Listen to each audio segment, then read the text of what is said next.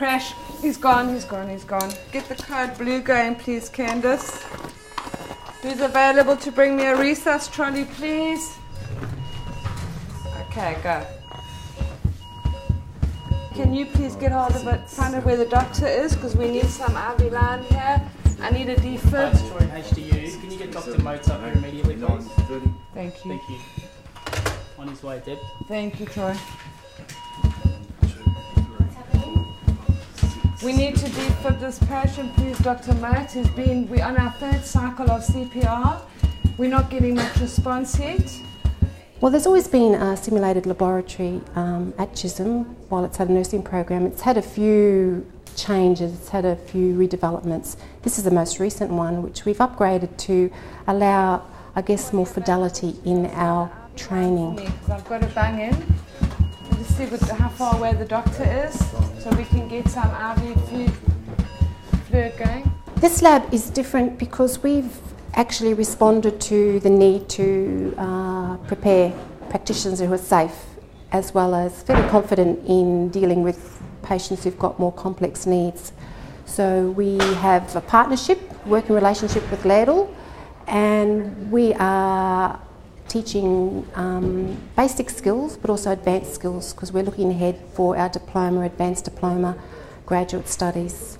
In essence, what they've done, or what Chisholm have done, is put together a computerised simulation laboratory, which includes mannequins that has the ability to react, talk, bring back pathophysiological responses back to the students. We spoke to the lecturers. We looked at what we functionally needed to have as far as education goes and as far as the budget went, and we supported them through the whole process. Okay, Daniel, I'm Carly. I'll be looking after you today. And I'm Troy. And we're just going to give you a little bit of time for your pain to settle down, and Troy will be taking care of your dressing on your leg here. Well, the lab that we've got is what's called a simulation lab. So basically we are able to put the various mannequins into different states of health, which enables our students to be able to practice in an almost lifelike situation, and we can set the patients up to be normal, stable patients, but we can also give them different events to allow the students to put their theory into practice. Do you mind if I take your temperature, please? People walk in and they sort of go, wow, you know, it looks like a real hospital.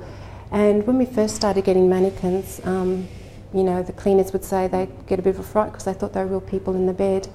The ones in our high dependency, the chest actually rises and falls, and I actually gave myself a fright when I turned them on last week, and I looked up and, oh, they're breathing. I'd forgotten, you know, you don't expect that sort of thing. We have got medications ordered. He has got a gel in situ, so that when the students go into a hospital environment for the first time, it's almost like a culture shock. So there's a lot they have to get used to. Being professional people, they have to be able to behave professionally in an environment that is very busy, lots of other people involved. So to be able to work within that type of environment at school sets them up for their first practical experience. Yes, Candice? He's not feeling too well. His sats are dropping. Okay. Heart rate's up.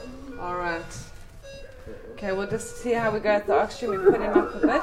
It's been fantastic with the lab because we've been able to have hands-on work with everything. So whereas it's fine in class to do the theory side, to be actually able to practice it on the mannequins here and actually put it into practice has been good. You walk in and you actually feel like you are in a hospital setting. Got a high dependency unit which has all the gadgets and gear going, which can make the mannequins do just about anything that they would in the real setting. We usually get 1 day of lab every week, and I like that it's practical stuff. I get in and I practice, I take pulse, I take respiratory, I take a lot of things, and I get to experience more stuff, and I get more, I learn a lot of things here in the lab.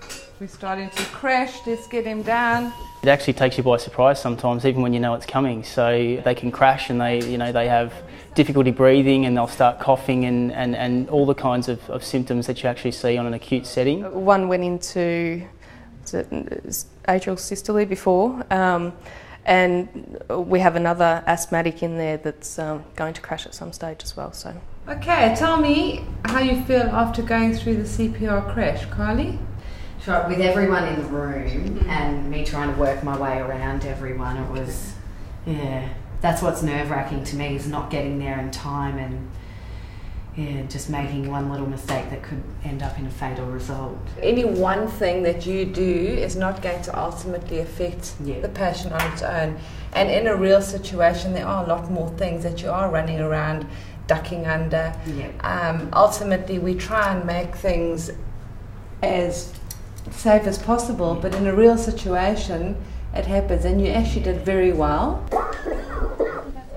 It's just good to be able to get the hands-on practical experience in a practice setting without actually having to go into the real setting first off.